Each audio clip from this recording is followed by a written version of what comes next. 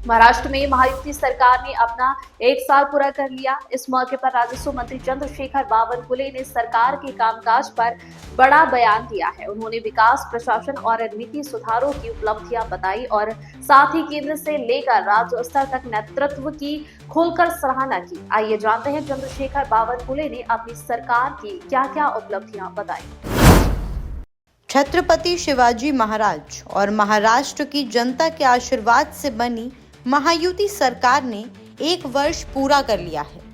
राजस्व मंत्री चंद्रशेखर बावनकुले के अनुसार बीते 1 साल में महाराष्ट्र ने स्थिरता, विकास और पारदर्शी शासन जैसे क्षेत्रों में नए मानदंड स्थापित किए हैं। बावनकुले ने कहा कि किसानों के लिए तेज फसल बीमा और मुआवजा प्रक्रिया, प्राकृतिक आपदा पीड़ितों को तुरंत राहत, बुनियादी ढांचे पर बड़े फैसले, डिजिटल सेवाओं से पारदर्शिता, उद्योग निवेश बढ़ाकर रोजगार उत्पन्न करना और नागरिकों को केंद्र में रखकर फैसले लेना, ये महायुति सरकार की उपलब्धियां हैं। राजस्व मंत्री के तौर पर बावनकुले बताते हैं कि उन्होंने विभाग में अनेक बड़े परिवर्तन किए।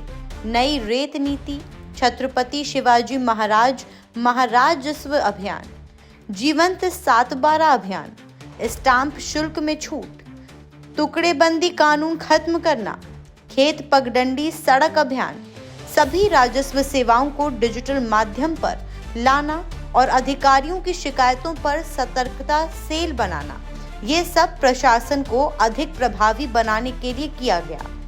इस मौके पर चंद्रशेखर बावनकुले ने प्रधानमंत्री नरेंद्र मोदी की जमकर तारीफ की। उन्होंने कहा, मोदी के नेतृत्व में देश और राज्य विकास के नए रास्ते खोले हैं। बावनकुले ने अमित शाह की भी सराहना की। उन्होंने कहा कि शाह के मार्गदर्शन से सहकार, सुरक्षा और प्रशासनिक सुधारों में मजबूती आई है। इसके साथ ही चंद्रशेखर बावनकुले ने केंद्रीय मंत्री नितिन गडकरी का भी आभार जताया, जिनकी वजह से महाराष्ट्र को बुनियादी ढांचे और सड़क विकास में बड़ा लाभ मिला है।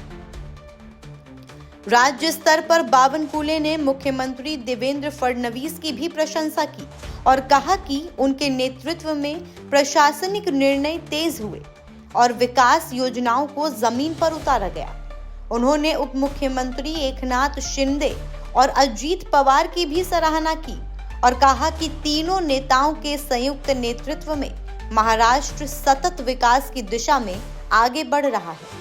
अपने संदेश के अंत में बावनकुले ने राज्य के लोगों को शुभकामनाएं दी और कहा कि जनता का विश्वास और आशीर्वाद ही उन्हें आगे काम की प्रेरणा देता है। तो ये था महायुति सरकार का 1 साल और राजस्व मंत्री चंद्रशेखर बावनकुले की उपलब्धियां और बयान। अगर आपको ये अपडेट पसंद आया हो तो हमारे चैनल को सब्सक्राइब करें और वीडियो को लाइक और शेयर करना ना भूलें। हम फिर मिलेंगे नई खबर के साथ। आमचे मुख्यमंत्री देवेंद्र फडणवीसजींनी केलं आणि मला या गोष्टीचा अभिमान आहे की माननीय मुख्यमंत्री देवेंद्र फडणवीसजी यांनी विकसित महाराष्ट्राचं जे व्हिजन तयार केलं आहे त्यामध्ये चांद्यापासून बांद्यापर्यंत, गडचिरोलीपासून मुंबईपर्यंत सर्व घटकावर, सर्व समाजांना, सर्व घटकांना आणि सर्व दुर्लक्षित विषयांना माननीय देवेंद्र फडणवीसजीच्या सरकारने लक्ष टाकलं। आमचं सरकार गतिमान सरकार, पारदर्शी सरकार, लोकाभिमुख सरकार म्हणून आम्ही या ठिकाणी काम करतो। माननीय मुख्यमंत्री देवेंद्र फडणवीसजींनी शपथ घेतली त्या दिवशी पहिल्या पत्रकार परिषदेमध्ये लोकाभिमुख, पारदर्शी आणि गतिमान सरकारची पार्श्वभूमी आपल्याला विदित केली आणि मला या गोष्टीचा अभिमान आहे की माननीय मुख्यमंत्री देवेंद्र फडणवीसच्या नेतृत्वामध्ये आमचं सरकार हे अत्यंत गतिमान आहे, पारदर्शीपणा आहे आणि या ठिकाणी लोकाभिमुख सरकार म्हणून आम्ही काम करतो आहे। खरं तर आपल्याला माहिती आहे की यावर्षी प्रचंड मोठी नैसर्गिक आपत्ती या राज्यावर आली। या नैसर्गिक आपत्तीमध्ये 32,000 कोटी रुपये शेतकऱ्यांना नुकसान भरपाई, मग पायाभूत सुविधा त्या ठिकाणी देण्याबाबतचे निर्णय करण्याची वेळ सरकारवर आली।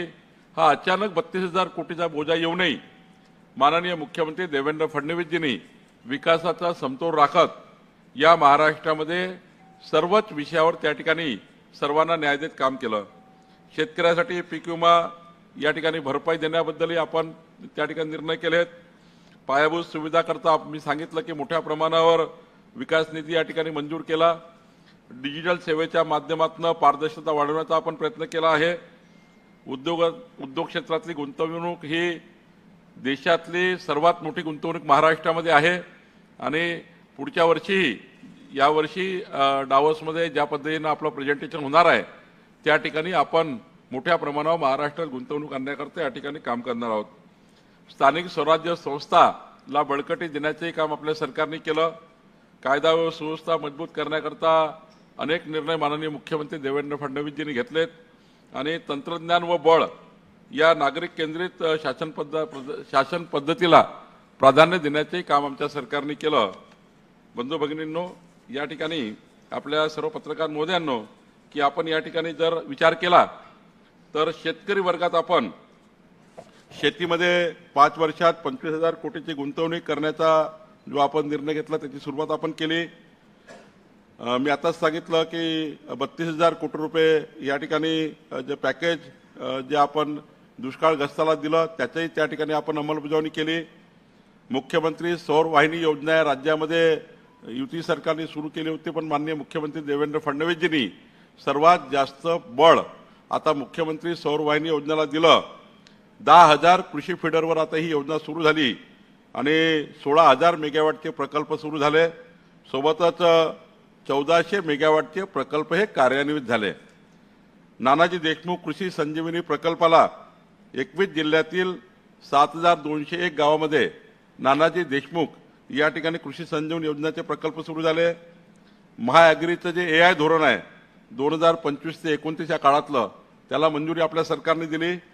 3 वर्षामध्ये या ठिकाणी महाअॅग्री या धोरणाला 500 कोटी रुपये खर्च करून शेतीला आधुनिकीकरण देण्याचा एक मोठं पाऊल देवेंद्र फडणवीसच्या सरकारने उचललं. खरं तर पशुसंवर्धनाच्या सर्व योजनाला कृषीचा समकक्ष दर्जा देण्याचा या ठिकाणी आपल्या सरकारने निर्णय घेतला. शेवटी अत्यंत महत्त्वाचा निर्णय होता. या विषयाला दुर्लक्षित होतं, पण पशुसंवर्धनमध्ये जे काही उद्योग येतील किंवा जे काही आपण वाढ करू त्याला कृषीचा दर्जा राहणार आहे, हा निर्णय आपण घेतला. मत्स्य व्यवसायाला सुद्धा कृषीचा दर्जा देण्याचा ऐतिहासिक निर्णय. या निर्णयाला कितीतरी सरकार गेले, पण माननीय देवेंद्रजींनी या ठिकाणी मत्स्य व्यवसायाला कृषीचा दर्जा देण्याचं कार्य केलं. आपण जर इरिगेशन बघितलं तर वैनगंगा नळगंगा नदीजोड प्रकल्पाला 88,000 कोटी रुपये याचा फायदा 10 लाख हेक्टर सिंचन शेतीला होणार आहे, याचाही निर्णय आपल्या सरकारने घेतला. दमनगंगा एकदरे गोदावरी नदीजोड प्रकल्प जो आहे त्याला 13,497 कोटीची मान्यता दिल्या गेली आणि 1 लाख एकरला याचा किमान लाभ होणार आहे. 215 जे इरिगेशनचे प्रकल्प मागच्या अनेक वर्षापासून प्रशासकीय मान्यतेकरता या ठिकाणी होते त्यांना मान्यता आपण दिली आणि 27,99,000 हेक्टर ज्या जमिनी या इरिगेशनपासून मागे राहिलेल्या होत्या त्या आता या प्रकल्पाच्या प्रशासकीय मान्यतामुळं आता या ठिकाणी जवळपास 27 लाख हेक्टर जमिनीला त्या ठिकाणी फायदा होणार आहे. सुलवाडे जामफळ कनोली उपसा सिंचन ही जे 5,329 कोटी रुपयाची आपण त्या ठिकाणी सरकारने योजना मंजूर केली. टेंबो उपसा सिंचन योजनेला 7,370 कोटी दिले. प्रधानमंत्री कृषी सिंचन योजनेमध्ये 28 नवीन प्रकल्पाचा त्या ठिकाणी समावेश करण्यात आला. या ठिकाणी जलयुक्त शिवार 2 मध्ये आपण वर्षभरात 37,166 कामं आपल्या सरकारने पूर्ण केली, आमच्या सरकारने पूर्ण केली.